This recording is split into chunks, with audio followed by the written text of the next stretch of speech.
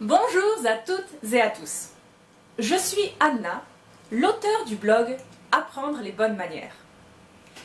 Aujourd'hui, il va être question de ce livre de Jacques Gandouin, ou plutôt seulement de l'introduction. L'introduction à elle seule est une perle. Si je pouvais, je la reproduirais dans son intégralité. L'auteur est un professeur et émérite, quelqu'un de brillant, qui a cette pédagogie extraordinaire d'expliquer avec des mots simples des notions compliquées. Il fait plusieurs constats, dont un que je vais traiter dans cette vidéo. À qui s'adressent les manuels de savoir-vivre? Alors voilà, il rapporte une anecdote.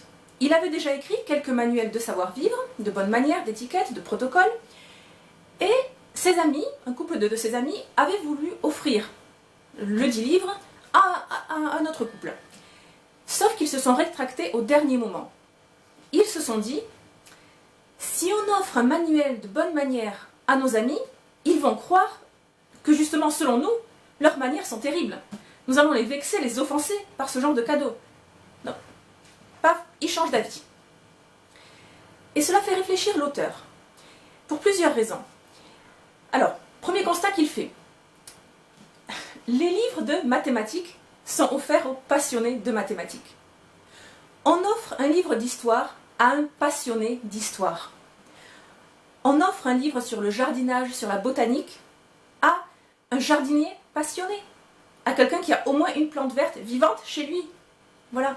De même, on offre donc les manuels de savoir-vivre aux gens passionnés par l'art et les subtilités de l'étiquette, les arts de la table. Voilà, qui les appliquent ou pas, c'est un éternel apprentissage.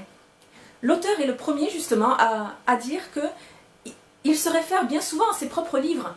Ce n'est pas une encyclopédie vivante, il est incapable de citer de mémoire les mille et une règles en vigueur dans le protocole par exemple administratif. Mais voilà, ça l'intéresse énormément.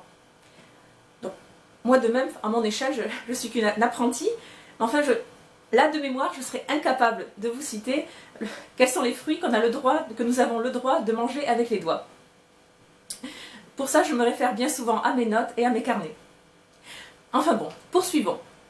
Donc, les manuels de savoir-vivre, les vidéos sur le savoir-vivre et l'étiquette s'adressent aux gens passionnés par ces sujets.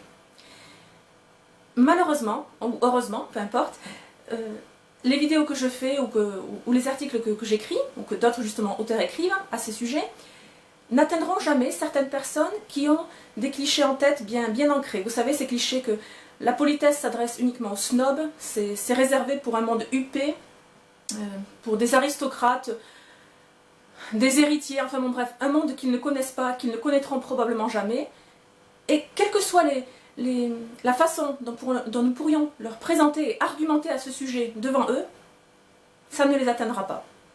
Autre point développé par l'auteur. Il s'agit du mot peuple. L'auteur rend toutes ses lettres de noblesse au mot peuple. Il constate que la société actuelle, justement les bonnes manières sont influencées par le peuple. Et le peuple, dans sa grandeur d'âme, d'accord, c'est le peuple qui est le garant des bonnes manières. À présent, autrefois, l'exemple venait d'en haut, de l'élite sociale, l'élite administrative, l'élite politique, l'élite gouvernementale. Et ce n'est plus le cas. C'est le constat de l'auteur depuis donc quelques décennies. Voilà. Le mauvais exemple vient d'en haut. Les grossièretés, les fautes énormes de savoir-vivre de bonne manière nous sont présentées par le haut. Et donc justement, il est vraiment pour redonner sa place aux bonnes manières à ceux d'en haut. Selon lui, il faudrait éduquer ceux d'en haut.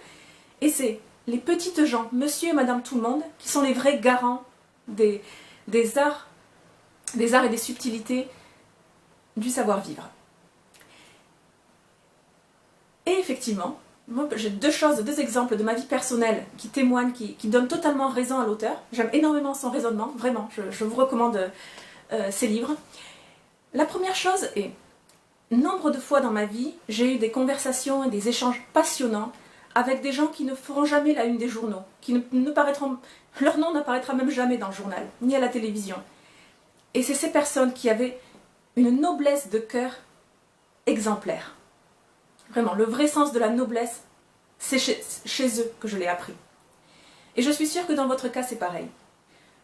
Autre point, vous savez, dans les supermarchés, au moment du passage en caisse, se trouvent plein de bonbons, de chewing-gum, enfin, de petits achats impulsifs.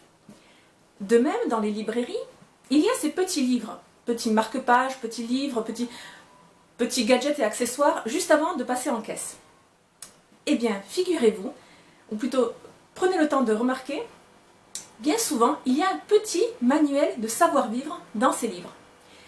Petit manuel, vous savez, c'est même pas le format poche, c'est le format 5 cm sur 6. En tout cas, voilà, un tout petit livre.